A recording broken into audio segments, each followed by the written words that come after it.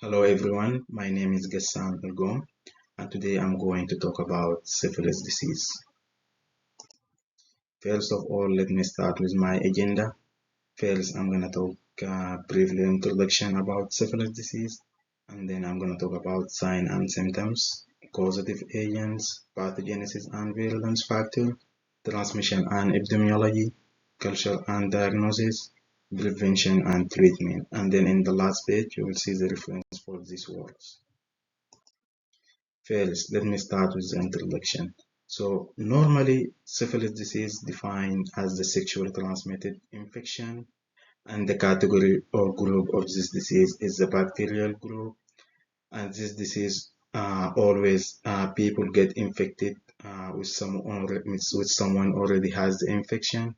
So, and this disease is spread through many routes, such as vaginal, anal, and oral sex, and probably causing of this disease, as I said, if someone already has the infection, and the bacterium cause the infections especially when get to the skin or mucous membrane.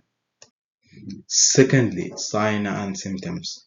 So the sign and symptoms for this disease is different from one stage to another. So that is why they name this disease as a confusing disease, because it depends on the stage that on it. So, in this slide, just I'm gonna speak generally about the sign and symptoms for this disease. Then, in the next slide, I'm going to put them in more details. The general sign and symptoms for this disease is fever, headache, malaria, rash, hair loss, sore throat, fatigue, and joint ache. Causative agent. So this bacteria is caused by the bacteria named Streptococcus pallidum, and this offer is going back to the two scientists early in 1905. The two scientists is Fritz and Eric. They identified the bacteria causing the syphilis. And also, this bacteria classified as a chronic infectious disease. And one more thing you should know, this bacteria is the gram-negative bacteria, and the shape of the bacteria is spirochete. Then, here is the pathogenesis and virulence factor. As everyone know, the pathogenesis means it's the ability for causing disease, and the pathogenicity for causing disease is a complex process and it's involving the bacteria. The agent Streptococcus pallidum enter the body through minor cut and it spread throughout the human body. Then we can go to the virulence. Virulence, as defined, is the degree of pathogenicity. So then that is why we said the virulence of the disease depends on which stage of the disease. So generally, this disease has the four stages, including primary stage, secondary stage, latent stage, and tertiary stage. So each stage has a different sign and symptoms, and we will go in details in that for the next slide. As if here in the fourth stage of disease, as everyone see here in the top picture, this is the sign for the stage of the syphilis disease. So let me start with the primary stage. So at this stage primary happens between 2 to 12 weeks, and normally the person develop single or multiple sores around penis, vagina, anus, rectum, and lips. And all these symptoms normally happen without pain. That means it's painless. The secondary stage, about 1 to 6 months after the sore go away, but the person also will develop rash and cover the human body, and also showing symptoms such as fever, fatigue, muscle aches, weight loss, headache, and swelling lymph node. The third stage, it's latent stage. So at this stage, the individual will not show any visible signs and symptoms. However, the infections can be more problematic and damage the human brain and sometimes damage the bones or organs. But here there is one more things people should know.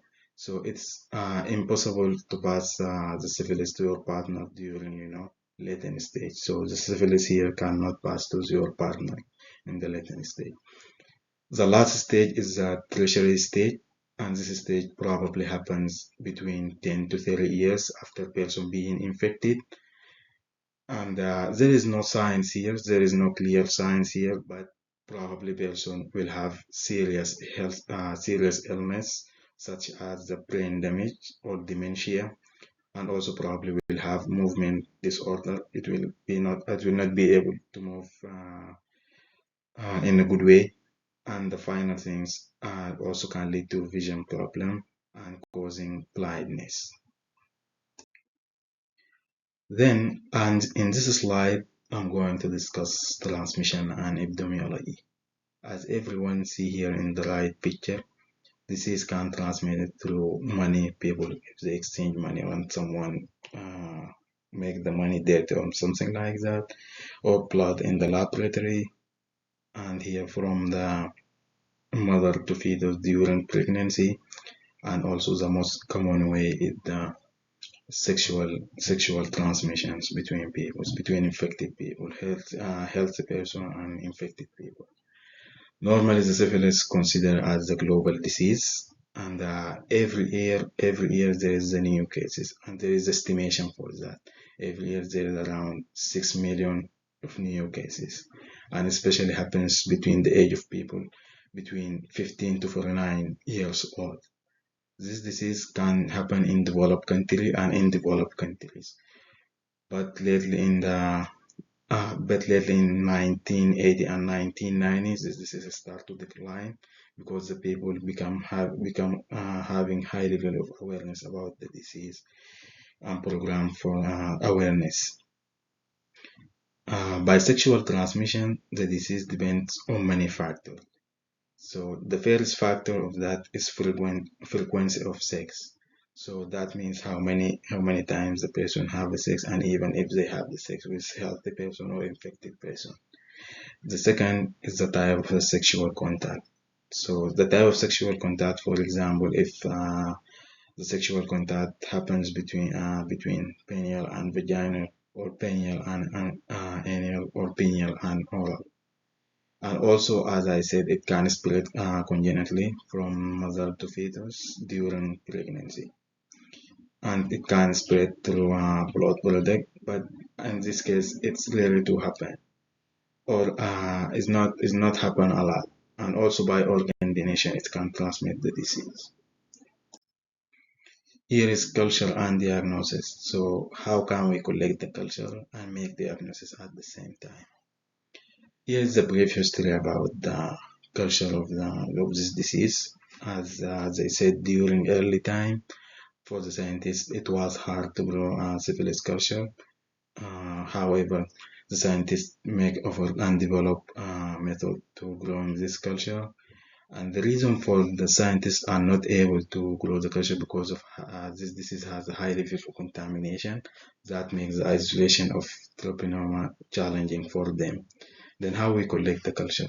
Normally we collect the culture by taking the blood sample and sometimes fluid from the soil, and even also sometimes fluid from the brain and spinal cord.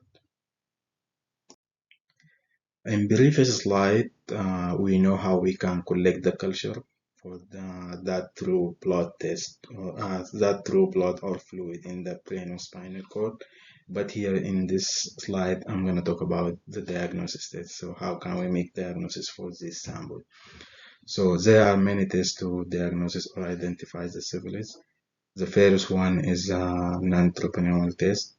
In this test, the antibody react with the antigen and at the same time causing agglutinations. Agglutinations means clotting, and the clotting that means presence of treponema pallidum infections and sometimes another condition related to this antigen. For example, of non-treponemal test is rapid plasma region test, and it can call RBR. There is one thing people should know about this test. This test don't give the accurate result. because of showing another condition related to the antigen. The second one is troponin test, and this test introduced early in 1960. In this test, antibody detect or react specifically with the antigen of Treponema pallidum and know the antigen and detect the antigen. For example of this test, it's enzyme immunoassay (EIA), and the last one is the direct detection test. For example of this test, polymerase chain reaction test, and most of people know it as the PCR test. Then we are almost done. Here we get to the prevention and treatment. So how we can prevent and get treatment for this disease. So the prevention of causing this disease by many ways. First of all, people should have safe sex practice. How can we have a safe sex practice? By minimizing the number of sex partners. And also, people should ask the partner about the medical history and medical condition. And if the person have any sign of disease, they should go and have a test. And also, people should avoid sharing sex. Secondly, people should always use the condom correctly and consistently. Thirdly, pregnant women should get the test regularly because the pregnant women have a high risk of being infected. The last one, people should use dental dams during sexual contact. Finally, here is the final part I'm gonna discussing. So I'm gonna talk about the treatment. As we know, syphilis is a bacterial disease. That means probably most of the bacterial disease they have a cure for it, and the syphilis normally treated with the antibiotic. Then the scientists found that the most effective antibiotic is the penicillin. However, some people are allergic to the penicillin. So at this point, healthcare provider or professional suggest or provide another antibiotic. If this not work, there is another procedure is called penicillin desensitization. This procedure is for the people who are allergic to penicillin. So if the person have the disease more than 1 year, so here in this case, additional doses is required for the patient. Then finally, after treatment from syphilis, the infected person should have a regular blood test and at the same time not have a sexual contact or sex with the new partner. And then the person should ask a partner to test and get treatment if they need it. So this slide have references and work site for my work. So if someone need more information, so you can visit this website and be more knowledgeable about syphilis disease. And I will and thank you everyone for watching my presentations and good luck for you all. Thank you.